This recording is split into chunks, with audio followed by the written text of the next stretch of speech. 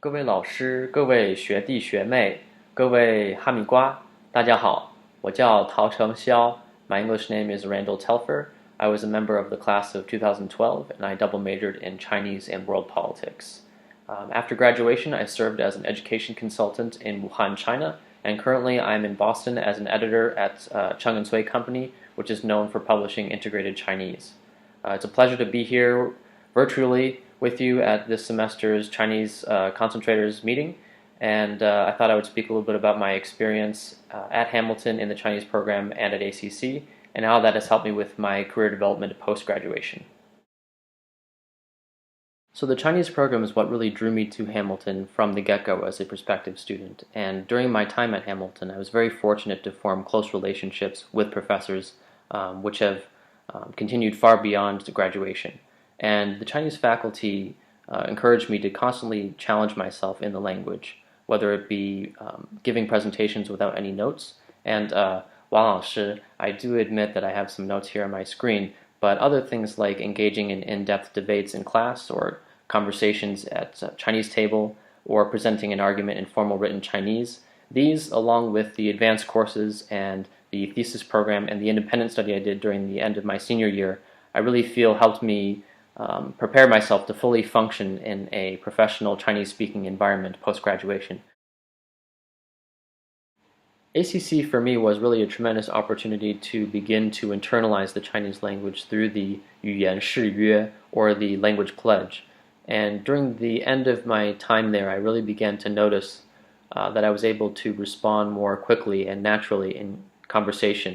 And also just my ability to recall non-everyday vocabulary and employ some more complex sentence patterns also improved.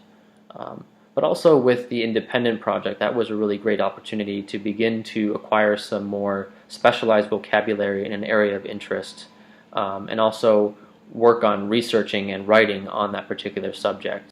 It was also a great opportunity to engage with some local specialists and even just 普通老百姓, just everyday people, through interviews and surveys. For just shy of 2 years, I served as an education consultant in Wuhan, basically guiding students through the process of applying to American colleges and universities, which included coaching them on their writing skills and improving their research and interpersonal skills. As the only non-Chinese employee in the office, I found that my language skills and cultural awareness played a very important role.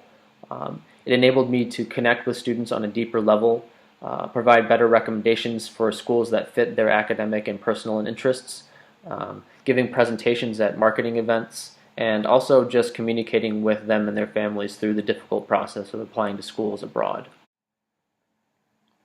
In my current job as well, I'm the only non-native speaker of Chinese on the editorial staff, and I've found that that perspective has been useful as well. So having learned Chinese formally as a foreign language at Hamilton, I've noticed that when working with my coworkers, we each tend to notice slightly different things during the editorial process. And as a result, we are able to include some more insightful subtleties about the language, while also addressing some common difficulties that learners encounter when studying the language. So in closing, I guess I would just strongly encourage those of you who have not yet been to ACC to really follow that language pledge as strictly as you possibly can, so that you can develop a 语感 or an instinct or a feeling for the language, and take those opportunities such as the independent project at ACC and the thesis project to begin to apply your language skills to an area or areas of interest. That will really give you a leg up when looking for China-related work down the road. Also, when you're abroad, try not to 固步自封 or settle yourself in a comfort zone. Instead, I would encourage you to seek out a new comfort in that new environment. If you decide to work in China post-graduation, I would strongly encourage you to consider working in a second or third tier city like Wuhan, because you just get to do cool things that set yourself apart from a more typical study abroad or living abroad experience. So thank you for bearing with me with this very corny alumni moment, but I do hope it's helpful for each of you as you seek out your China-related career paths. And please do feel free to get in touch if you have any questions about education consulting in China or the educational publishing industry or just anything else.